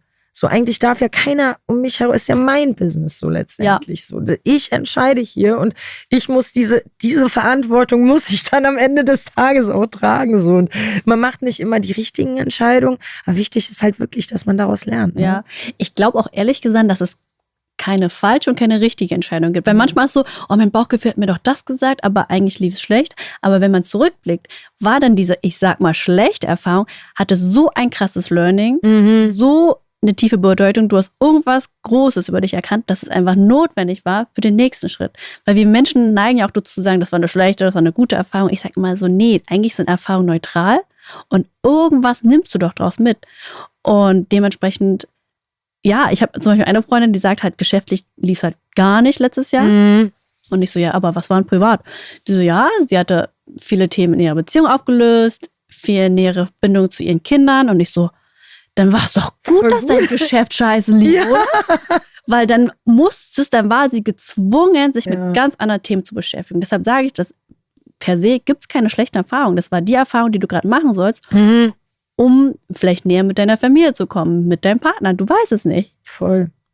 Aber da bin ich auch sehr, sage ich mal, philosophisch auch in der Musik unterwegs. Über genau sowas mache ich mir auch oft Gedanken und gerade auch, man vergleicht sich ja auch so viel in der Musikwelt. Also ich muss ja sagen, wirklich, dass sich nicht vergleichen, das ist so hart irgendwie und du guckst immer links und rechts zu den anderen und also in meiner Karriere habe ich schon viele an mir vorbeiziehen sehen auf einmal und habe immer gedacht, Mann, warum kann das jetzt nicht mein Weg sein? Ich würde auch gern mal so hochschießen und aber gleichzeitig gleichzeitig jede Erfahrung, die ich gemacht habe, hat mich jetzt an diesen Punkt gebracht und hat, glaube ich, mein Fundament sehr stark aufgebaut. Und das merke ich jetzt gerade auch, dass egal, ob jetzt auch mal irgendwas nicht klappt oder nicht so läuft, wie ich mir das vorgestellt habe. Ich wollte eigentlich letztes Jahr ein neues Album rausbringen. Ich bin immer noch nicht damit fertig so und arbeite immer noch daran. Aber es soll vielleicht so sein einfach. Ich denke, alles kommt irgendwie zu seiner Zeit und ich glaube auch an Karma und so eine Geschichte. Also ich glaube auch so, ne, wenn was ich irgendwie in die Welt sende, wird irgendwann zu mir zurückkommen, so früher oder später. Und ich habe auch schon viele so Momente gehabt, wo ich das auf jeden Fall auch gespürt habe. Und ich vertraue auch ein bisschen auf nicht unbedingt das Schicksal, aber alles kommt zu seiner Zeit. Ich habe viele Träume, ich hatte viele Träume, die schon geplatzt sind, wo ich dann gemerkt habe, vielleicht wolltest du das aber auch gar nicht so doll haben, ist jetzt auch gar nicht so schlimm, dass das nicht geklappt hat. Einige, die irgendwie immer noch so ein bisschen in der Schwebe sind, wo du immer noch so ein bisschen hinguckst. Und ich glaube, es ist auch wichtig, immer so diese Träume sich zu behalten, auch wenn du was erreicht hast. So, weil teilweise gerade auch letztes Jahr, das war mein Jahr der Selbstzweifel. Also ich hatte noch nie so viele keine Ahnung. Auf einmal habe ich so viele Zweifel an mir und an meinem Tun und ist das cool, was ich mache? Und also Musik, hast du komplett alles angezweifelt? So nach dem Motto, soll ich überhaupt Künstlerin sein? Oder? Nee, eher so, ist das, was ich mache, so genau das Richtige. Und ist das cool im Vergleich wieder zu den anderen auch und so, ne? Und du guckst dir dann deine Zahlen an und bist da in so einem Zwiespalt und gleichzeitig denke ich mir so, ey, fuck it. Egal ob, alles kommt zu seiner Zeit, wenn es zu mir gehört, dann wird es irgendwann zu mir kommen und weil die Zahlen auch schlechter waren und deshalb hast du gezweifelt oder gab's kam das Gefühl einfach so? Ja, das Album wurde nicht fertig, so, ich habe ein bisschen nebenbei gemacht, um halt so musikalisch natürlich noch irgendwie Output zu haben, aber irgendwie war es nicht das Richtige und das hatte ich noch nie in meinem Leben, dass ich so viel an mir und meinem Tun gezweifelt habe und habe aber jetzt eigentlich ganz gut das musste vielleicht auch mal sein, so diese Gedanken und diese Reflexion. Ich war sehr selbstsicher, so 10 Jahre lang und jetzt brauchte ich, glaube ich, so einen kurzen Moment, wo ich so reflektiert habe und nochmal so in mich gegangen bin und habe auch jetzt schon wieder das Gefühl, dass ich einen Schritt weitergekommen bin, einfach so durch dieses ein bisschen mal auch nicht unbedingt Misserfolg. Weil das ist auch falsch. Genau das ist, glaube ich, so. Die eigene, ich kenne das, die eigene Interpretation mit, du bist doch jetzt so und so viele Jahre um die Prozent gewachsen, warum in diesem Jahr nicht? Genau. Und eigentlich müsste es doch höher, schneller, weiter. Voll. Aber warum geht's nicht voran? Ja, genau. Dann reflektierst du und dann habe ich also gerade im letzten Jahr dann mal so geguckt, was habe ich denn überhaupt schon erreicht? Ja. Und wenn ich meinem 15-jährigen Ich von vor 20 Jahren das erzählen würde, was ich erreicht habe, sie mich angucken und sagen, Digga, schwör, jetzt wirklich so. Ne? Das hätte ich mir damals, solche großen Träume hätte ich mir gar nicht so zugetraut. So. Und jetzt habe ich schon so viele Dinge erreicht, die meine Vorstellungskraft auch überschritten haben. So. Und merkt das nicht mal selbst. Und das tat auch mal gut, so sich einfach dessen bewusst zu werden, was man alles schon geschafft hat, auch wenn man gerade so das Gefühl hat, man tritt so ein bisschen auf der Stelle und es geht nicht voran. Wenn man dann auf einmal merkt, boah, ja, eigentlich läuft. So, eigentlich läuft und du bist privilegierter als wahrscheinlich 90% der Musikindustrie, bei denen es noch schlechter läuft. So, deswegen hör mal auf, rumzuheulen und reiß dich zusammen und mach weiter. Ja, aber auch die Zeit zu haben für sich, zu reflektieren, weil ganz ehrlich, Zeit zur Reflexion. Also in der Schule wird ja gefühlt alles beigebracht, was du machen sollst, könntest, wirst. Aber wirklich dieses, okay, setz dich mal hin und reflektier dich mal. In so einer Stille am besten. Ne? Das ist ja es gibt ja, also für Menschen, das ist unerträglich. Also ich muss auch tatsächlich sagen, ich bin jemand, der kann voll gut so über Gefühle, über sich selbst reden und so. Aber ich traue mich nicht, Therapie zu machen bis jetzt. bis jetzt, ich sag's bewusst, vielleicht werde ich es irgendwann angehen, vielleicht werde ich das, also da merke ich wieder so eine Angst, so von mir selber vielleicht irgendwie vor dieser bewussten Reflexion, obwohl ich das ja eigentlich die ganze Zeit mache. So in der Musik, in Gesprächen und so. Ich bin niemand, der irgendwie sich verstellt oder sowas. Und gleichzeitig traue ich mich das aber nicht, weil ich weiß, das wird schwierig irgendwie, ne? Ja, das ist, also ich war auch nie in Therapie, aber das, was ich probiert habe, es gibt ja wirklich viele Möglichkeiten auf dem Markt. Ne? Und ich wusste damals so, 95% der Entscheidungen kommen aus dem Unterbewusstsein. Und ich hatte so eine Blockade, das war im Geschäft, so eine Entscheidungen treffen. Ne? Konnte ich nicht, weil es plötzlich ging es um 5-stelliges Budget. Hatte ich noch nie verwaltet. Und ich so, what the fuck, ich spüre hier gerade krasse Blockaden. Und dann habe ich geschaut und dann kam ich auf Theta Healing. Das macht eine Freundin von mir auch. Das ist super interessant. Ich so, okay, Unterbewusstsein, gehe ich hin. Da geht es ja irgendwie darum, dass alles, was du erfährst, so an Blockaden irgendwie in deiner Ahnenlinie drin sind und deshalb tust du das in dieser Session auflösen. Dann lege ich, also erstmal gehe ich hin und das war so eine, die hatte so ein braunes Auge und ein blaues Auge. Ich so, spacey. Ich so, okay, hier bin ich richtig. Dann lege ich mich auf diese Liege und sie sagt erstmal, ich verbinde mich jetzt mit dir. Ich so, okay, viel Spaß. Dann legt sie ihre Hand auf meinen Körper und ich habe so eine kranke Vibration in meinem ganzen Körper. Ich so, wow, was war das? Was geht hier ab? Crazy. Aber ich war einfach ready dafür. Und ich hatte meine Augen geschlossen und dann haben wir halt so gefühlt, da ging es darum, meine Angst, die Entscheidung, die falsche Entscheidung zu treffen. Also ich hatte einfach nur oberflächlich Angst, die falsche Entscheidung zu treffen. So, dann tut die mir halt so Fragen stellen. Und ich bekomme so Bilder oder Zahlen, die ich ihr mitteile. Und dann kommt raus, hinter der Angst, die falsche Entscheidung zu treffen, ist die Angst, Geld zu verlieren. Angst, Geld zu verlieren. Dahinter war die Angst, meine Familie nicht ernähren zu können. Und die war nicht nur in meinem System, sondern auch irgendwie bei einer Urgroßmutter, 4 Generationen davor. Da habe ich so einen Film gehabt von mir, wie ich das so richtig, wo sie da so eine Erfahrung gemacht hat. Das haben wir dann aufgelöst, fertig. Und danach war das Thema durch für mich. Krass. Ich habe gesagt, wirklich, ich entscheide jetzt. Deshalb meine ich ja, es gibt so viele Wege und ich mag immer gern Unterbewusstsein, Abkürzung, will ich einfach, Effizienz und so. Und das war krass. Und deshalb sage ich, es gibt Therapie, es gibt 1000 verschiedene Möglichkeiten, Theta Healing. Ich habe Hypnose, habe ich auch mal probiert. Echt? Ja, das war auch geil. Also da bin ich auch in so eine, das ging so Angst. Das ist lustig, weil Angst vor Menschen zu sprechen, das war das.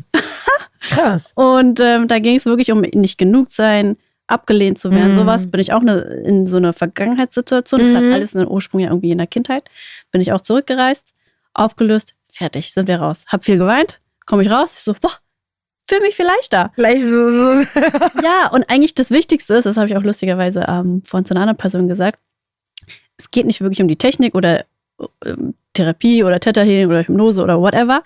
Es geht darum, dass die Person, zu der du gehst, dass du dich voll und ganz hingeben kannst. Und nicht nur voll und ganz, sondern du kannst alles erzählen über dich und sie urteilt nicht. Es ist für sie neutral. Da habe ich mich auch so eine Person, da konnte ich einfach alles erzählen und ich wusste, sie nimmt mich da mit, sie bewertet es nicht, es gibt gar kein Gut oder Schlecht für sie. Wir lösen es einfach auf, fertig ist. Schön, ne? Das ist wirklich, es hört sich so einfach an. Nee, aber das Ding ist, das kann auch einfach sein, ne? Und das sagt sie auch immer zu mir, meine, wo ich auch viele Sachen lerne, meine Mentorin, sage ich mal, die Vanessa. Die sagt auch immer, Nenung, heilen, auflösen kann einfach sein. Und wenn du diesen Glaubenssatz hast, es muss immer schwer und anstrengend und so sein, den löst du jetzt erstmal auf für dich. Oh ja, stimmt, okay, das mache ich mal. Und es gibt wirklich Prozesse, da sage ich, ich gucke da rein, gelöst, fertig, weiter geht's. Und natürlich gibt es auch schwierigere Themen, wo ich mich begleiten lasse, wo ich aber weiß, ich werde hier getragen bei der Person. Und wenn du diese Person findest, egal was es ist, das gibt schon viel. Das ist schon wichtig, ne? Ja. Aber da kommen wir wieder, so schließt sich der Kreis. Die Freundin, mit der ich sehr gerne, auch so, sage ich mal, Telefongespräch, Bea, Shoutout, super tolles Mädchen, kenne ich auch schon ewig lange noch von früher. So, und das, also mal, ich weiß ganz genau, was es bedeutet, so gerade auch so, ne, dieses Sprechen, ohne gewertet zu werden, mal so wirklich alle Gedanken rauslassen können. Gleichzeitig mache ich das aber auch so in der Musik. So, ich mache mir gar keine Gedanken Gedanken darüber, was könnte jemand anderes von mir jetzt denken, wenn ich das sage. So, ich denke mir eigentlich immer mehr so, okay, drückt es jetzt wirklich das aus, was ich denke? Also ist es genau so, da bin ich sehr, ich weiß nicht, vielleicht ein bisschen autistisch, was Worte angeht. Ja. So. Ich will immer ganz genau das greifen können, was ich gerade denke, so ganz genau ausdrücken, so damit das größtmögliche Verständnis so aufgebaut werden kann. Und ich muss auch sagen, Therapie klingt manchmal so ein bisschen so groß, ne? Aber ich glaube, gerade unsere Generation, die sich über Glück, Mental Health und sowas auseinandersetzt, sag ich immer, ey, du musst nicht das größte Trauma der Welt haben, weil es gibt, wie gesagt, in der Kindheit teilweise so kleine Erfahrungen, die du gemacht hast, die dich aber im Erwachsenenleben so beeinflussen. Total. Dass du, egal ob es Therapie, Theta Healing, Hypnose oder whatever, es gibt so richtig viele Sachen auf dem Markt, du wirst schon irgendwie das finden für dich und dass das auch keine Schwäche ist, dass du jetzt nicht als verrückt oder schwach oder... Das ist schön, ne? Dass das heute so ein bisschen normalisiert wird, dass diese mentale Arbeit einfach so wie Kopfschmerzen sozusagen behandelt werden können und nicht irgendwie du auf einmal abgeschoben wirst sozusagen als an Rand der Gesellschaft, weil du krank bist oder auch ADHS und so. Drücke ich mich auch so ein bisschen vor der Diagnose. So, ich sag mal so, die Anzeichen sind schon relativ deutlich, so.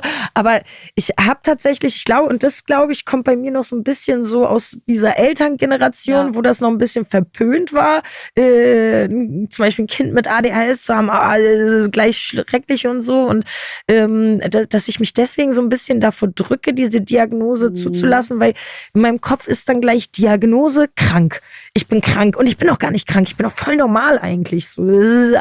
Ja, ich bin auch ehrlich, ich arbeite dahingehend nicht so gerne mit der normalen Medizin, weil die geben dir ja einen Stempel, so nach dem Motto, du bist das und das, nimm mal diese Tabletten. Wo ich hier hast du Ritalin.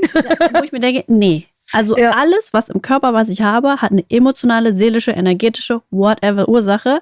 Und deshalb gehe ich auch gerne zu der, wo ich hingehe, Vanessa, weil sie genau weiß, es gibt immer irgendeinen Ursprung. Und da braucht es keinen Stempel, sondern wir gucken einfach, wie wir das für dich auflösen, egal was es ist. Und nicht dieses, okay, wir tun mal Symptome hier so ein bisschen unterdrücken, damit du halt dein Leben noch auf dein Leben kommst. Voll. Nee. Ich glaube, das wird mich auch ganz wahnsinnig machen. Also ich mag das auch tatsächlich, sage ich mal so, gerade auch impulsive Emotionen zu fühlen. Ich mag das auch gerne, mich aufzuregen über irgendein dummes Thema, so, keine Ahnung, so, weiß ich nicht. Also die banalsten Sachen, ich mag gerne so fühlen einfach. Wirklich, ich hasse Gleichgültigkeit, glaube ich auch. So ja, aber das sind ja Menschen, die ja komplett sich schon abgeschottet haben. Die sagen, ich will gar nichts fühlen und dann sind die gleichgültig. Aber heißt ja nicht, dass das irgendwann wie so ein Vulkan ausbricht. Oder dass du krank wirst. Also man sagt ja auch, dass die Leute, die werden Krankheiten, irgendwas im Körper setzt sich fest, weil alle Emotionen setzen sich im Körper, die du ja nicht fühlst. Und was passiert in deinem Leben, wo ich mir denke, das sieht man dann auch so, ne? Also gerade wie du sagst, es legt sich dann genau dort, wo dein Chakra sozusagen blockiert ist. Genau da wird sich da irgendwas bei dir ausbreiten und du wirst es merken, dass das im Ungleichgewicht ist. So, ne? Das ist so witzig, dass du dich auch so viel damit auseinandersetzt. So, ich versuche, also ich glaube, ich habe auch da sehr viel gefährliches Halbwissen sozusagen, aber ich denke, ich nehme aus so jeder Methode das Wichtigste für mich raus, so die größte Erkenntnis sozusagen für mein Leben und nimm das dann mit. Und es hilft aber auch. So. Ja, weil das Ding ist, du hast ja ein Bauchgefühl. Als Künstlerin, kreative Künstlerin vor allem, weißt du ja, was gut für dich ist und was nicht. Und ich bin auch Unternehmerin, ich kann auch mit Zahlen und weiß ich was alles, aber ich habe wirklich eine sehr spirituelle Seite und die zeige ich auch Leuten. Und Leute, die in mein Team kommen, sage ich auch direkt, wir machen solche Sachen, wir lesen irgendwie im morphischen Feld oder manchmal gibt es eine Chakra-Reinigung und sowas, ne? Weil ich sage, das gehört halt zu mir. Und ich darf halt alles sein. Und ich darf alles fühlen. Früher war ich gar nicht so. Ich war auch voll abgeschottet von meinen Emotionen, habe alles so unterdrückt, alles rationalisiert. Aber jetzt diese Freiheit zusammen, so zu sein, wie du bist, das gibt einen so viel inneren Frieden und Leichtigkeit zurück. Voll. Aber auch gerade was du sagst, zu sein, wie man ist. Also da habe ich auch früher, gerade durch die Maske und so, ich habe mir viele Gedanken gemacht, so verstecke ich damit irgendwas? Oder ich werde auch vielen Interviews dazu natürlich auch gefragt, dann machst du dir deine Gedanken dazu. So. Und, ich habe irgendwann für mich bemerkt, dass gerade die Maske mir total krass hilft, so diese anfängliche Hemmung, die ich manchmal habe. So, ich bin auf jeden Fall so ein extrovertierter, introvertierter Mensch. So, gerade wenn ich mit Leuten nicht gleich auf einer Wellenlänge bin oder sowas, dann fällt mir das schwer, ich selbst zu sein. Dann bin ich irgendwie so eine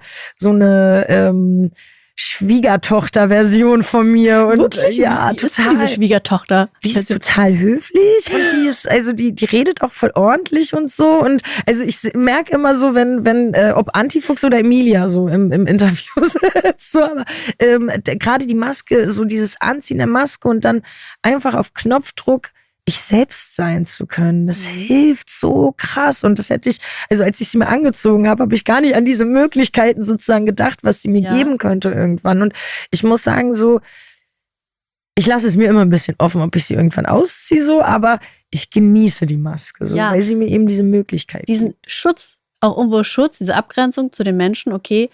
Aber das ist ja krass, dass wir in einer Gesellschaft sind, also noch, wo du dich nicht trauen kannst zu sagen, wie du bist, an was du glaubst, wo direkt gewertet wird, wo direkt gesagt wird, das ist falsch oder das ist richtig. Ne? Ich sage ja auch, ich habe eine ganz andere Realitätswahrnehmung. Ich glaube ja auch an Reinkarnation und sowas alles, wo ich sage, aber die Leute, die sagen, die glauben nicht dran, finde ich auch vollkommen fein, weil jeder darf auch so sein, wie er ist. Und heutzutage, dass wir so eine Art Schutzmantel bauen, das hat bei mir auch Jahre gebraucht, um alles zuzulassen, um offen zu kommunizieren. Aber dass wir teilweise denken, wir müssten was verstecken oder es können so nicht sagen oder irgendwie einen Schutz aufbauen müssen um uns, weil wir das Gefühl haben, wir werden so nicht angenommen. Und ich meine, das fängt ja gefühlt schon in der Schule an. Da wird alles gewertet, benotet. Ne? Das ist richtig, das ist falsch. Du musst so sein, du musst das lernen. Dann hast du Freundeskreise, da musst du cool sein, dann sonst bist du der Außenseiter, sonst wirst du nicht akzeptiert und so. Das ist schon nicht ohne so das ganze Leben, so, sich da durch zu navigieren. Aber es ist so viel Learnings, also wie wir auch vorhin gesprochen haben, 20er Jahre ging es einfach nur darum, im Außen alles irgendwie auszutesten und viel Erfahrung zu machen. Und in den 30ern voll entspannt seitdem. Ja, alles guckst du dir an und denkst, krass, die Erfahrung habe ich gemacht, um zu lernen, wer ich eigentlich bin. Und jetzt erfahre ich erst wirklich, wer ich bin. Voll. An was ich glaube, was richtig oder falsch ist für mich. Und das ist auch okay, dass andere Leute irgendwie anders sind. Voll. Aber ich muss tatsächlich sagen, gerade ich bin in meinem Schaffen, würde ich sagen, so in 2, 3 großen Bubbles unterwegs. Ich habe einmal so diese Hip-Hop-Bubble, die ja auch eigentlich aus diesem Es ist für alle da herauskommt, die aus dieser Unity, aus dem Unity-Gedanken und so. Hip-Hop hat eine krasse Kultur, finde ich. Gleichzeitig habe ich so diese Cannabis-Kultur, die zum einen ein bisschen abgeschlossen war, gerade wo es illegal war. Du musstest dich trauen, dich dazu zu bekennen. So. Aber gleichzeitig, gerade diese Bubble ist irgendwie so, von innen wirst du kaum gejudged, von außen wurdest du früher übelst gejudged. Aber ich finde schon, dass es besser geworden ist. Total, ne? gerade seit der Legalisierung. Also muss ich sagen, wirklich merke ich das. Ich meine, hier in Berlin war es immer noch ein anderes Leben als irgendwo, zum Beispiel in Flensburg oder sowas, als ich in Flensburg gewohnt habe. Also da habe ich mich nicht getraut, nachdem ich irgendwie, weiß ich nicht, mit viel Gras in der Tasche rumzulaufen oder mir einfach irgendwo einen Joint anzumachen. Das ging dann nicht so hier in Berlin. Seitdem ich hier wohne, seit 2017 ungefähr, habe ich mir darüber nie Gedanken gemacht. So. Also weil hier schon immer viel mehr Toleranz irgendwie war. Und auch seitdem ich auf die Mary Jane komme, also kommen wir darauf, ist das halt, also das war für mich eine krasse Erfahrung, so auf so ein Gelände zu kommen, wo halt einfach genau so eine Quatschköpfe sind wie ich irgendwie und das 100-fach und auf einmal sind wir voll viele so, was, krass und es wächst auch hier, das ist auch so krass zu sehen einfach, wie viele Menschen jetzt mittlerweile zu euch kommen, das ist wow. Das sind so viele und so unterschiedliche. Ja, ich war sogar schon mal mit meinem Papa da. Ich habe sogar meinen Papa. Wie alt ist dein Papa? Der ist jetzt 60. Und was hat er gesagt, als er da war? Es war ich glaube, schon ein bisschen Reizüberflutung für ihn auch. Das war natürlich, er hat am Clipperstand auf jeden Fall gut abgeräumt beim Raushebeln aus dem Einkaufswagen da. Es war viel Spaß für ihn auf jeden Fall. Es war alles sehr lustig und interessant. Es war auch ein schöner Sommertag, den wir erwischt haben natürlich. Also es war noch damals in der Arena. Und es war, glaube ich, für ihn eine interessante Erfahrung, weil damals, als ich meinen Eltern sagen musste, dass ich kiffe. Das war musste. Was heißt ja, das war so Klassiker. Mama war zu Besuch, dann ist sie also erste eigene Wohnung, so Mama war zu Besuch. Nee, ist dann rausgegangen und hat direkt einen Joint angezündet und sie hat dann was vergessen. Ja. Und dann roch es überall nach Gras. Was willst du sagen? Nein, Mama, ich habe hier nicht geraucht. Das bildest du dir ein. So. Das sind ätherische Öle. Ja, genau. Ich habe hier was gebacken. Und dann musste ich das den irgendwie so beichten, so, also was heißt beichten, also irgendwie erklären. Ja. So. Und sie war anfangs so total besorgt und pass auf mit Gesundheit und so bla. Und also aber wirklich. Also ich dachte, du wirst jetzt ein Junkie so gesehen. Genau, und auch okay. so, passt auf, wegen Enkelkinder und sowas. Weißt du nicht, dass irgendwann du Probleme damit, also sie war auch null aufgeklärt. Also das habe ich so im ersten Moment halt angemerkt, was da für Vorurteile so irgendwie bestehen. Das war richtig krass und ich bin in Kasachstan geboren. Also bei uns wuchs das früher einfach so wild im Garten einfach. So Ja, dann kannte sie das doch. Ja, aber genau da zu der Zeit, wir sind 90, sind wir nach Deutschland. Aha. Und die einzigen Berührungspunkte, weil illegal war es ja trotzdem so. Es war ja trotzdem nicht legal und du hattest trotzdem ein paar Probleme damit. Und sie ist halt jemand gewesen, sie hat nie geraucht in ihrem Leben, sie hat nie eine Kippe angefasst, nie Gras und so. Ja. Also es war halt sozusagen das Verbotene. Und man hat halt aber krass gemerkt, was trotzdem für krasse Vorurteile und Missinformationen einfach bestehen.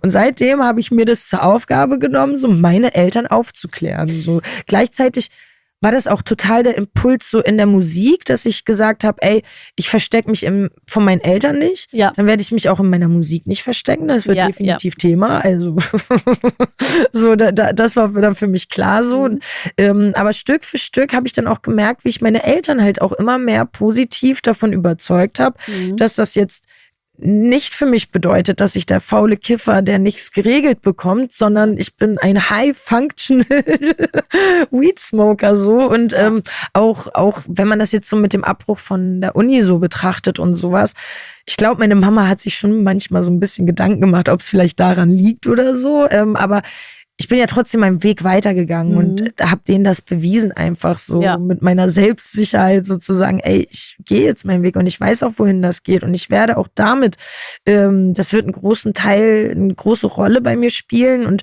da werde ich auch hingehen und dann auch aktivistisch mich betätigen und so und ich war auf jeder 420-Demo, ich war, also seitdem ich hier irgendwie in Berlin lebe, war ich immer da, ich stand immer in den ersten Reihen sozusagen. Ich glaube, ich habe seit 2017, 2018 eine Mary Jane verpasst, weil ich krank war. So. Warst du auf der allerersten auch? Nee, auf der war ich nicht. 2016. Nee, da war ich leider nicht. Ich glaube, 17 oder 18 müsste meine erste gewesen sein. Damals noch über Sense Media. Auf dem Boot hier, der Hoppetosse damals. Ja. Okay. Da war ich nicht. Aber das ist schon krass. So Man merkt, das wird definitiv ein Mainstream-Thema. Ich freue mich wirklich, dass so unterschiedliche Leute mal auf die Mary Jane Berlin kommen. Und jetzt auch mit dem Podcast, wo ich auch diese One-on-Ones führen kann mit so verschiedenen Leuten aus der Branche, egal ob sie rauchen oder nicht, viel oder wenig mit dem Thema zu tun haben, dass es ganz normale Menschen sind. Und wir sind alle im Kern, sind wir alle gleich. Wir sind Menschen mit Emotionen, mit Gefühlen, mit Sorgen, mit Zweifeln, mit Ängsten, die halt nur unterschiedlich sind, mit ganz unterschiedlichen Erfahrungen. Und ich feiere auf jeden Fall das Gespräch, was wir hatten, Antivox. Ich habe gegen Ende immer so Blitzfragen. Blitzfraggies.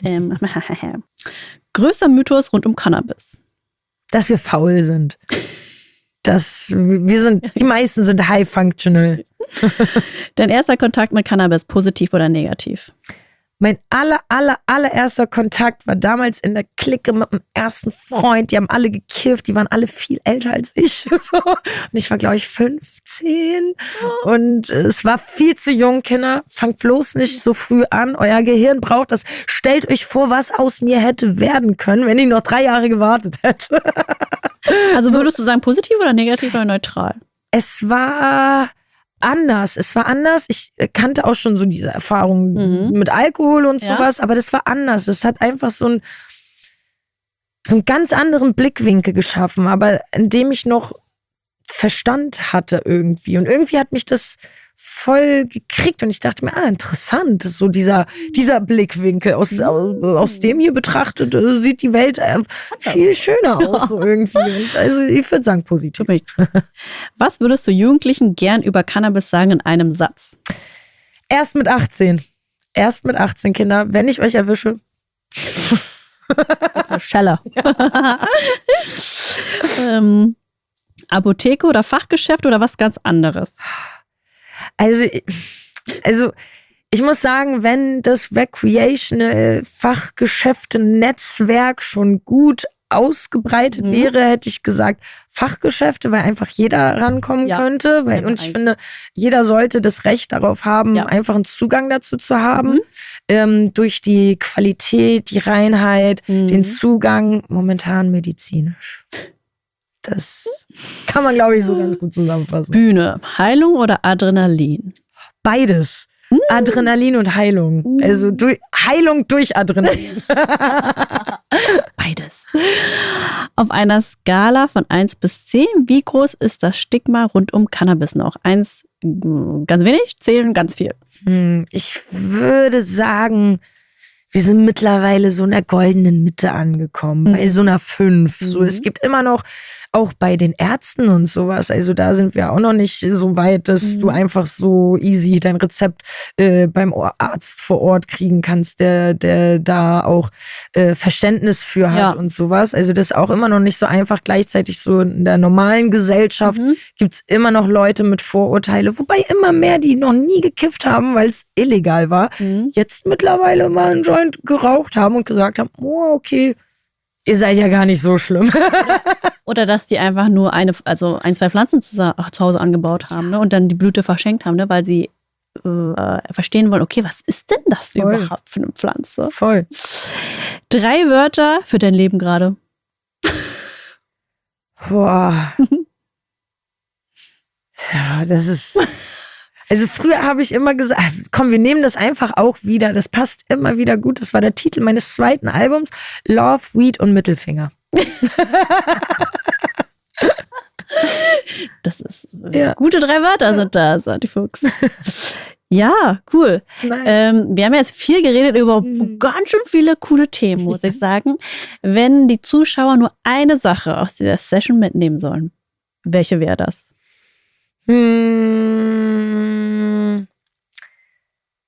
Hört meine Musik und kommt zu meinen Safe Space Konzerten. Da könnt ihr so sein, wie ihr wollt, denn ich bin's auch. Geil, danke dir. Danke dir für das wunderschöne Gespräch. Lass uns das Wichtigste zusammenfassen. Musik kann mehr sein als Unterhaltung. Sie kann ein Ventil sein, ein Halt, manchmal sogar Rettung. Gefühle verschwinden nicht, nur weil man sie wegdrückt. Sie brauchen einen Ausdruck. Kunst, Musik oder auch bewusster Konsum können Werkzeug sein. Entscheidend ist, wie ehrlich und achtsam man mit sich selbst umgeht. Und diese Folge zeigt, es ist okay, nicht immer stark zu sein, solange man Wege findet, sich selbst nicht zu verlieren.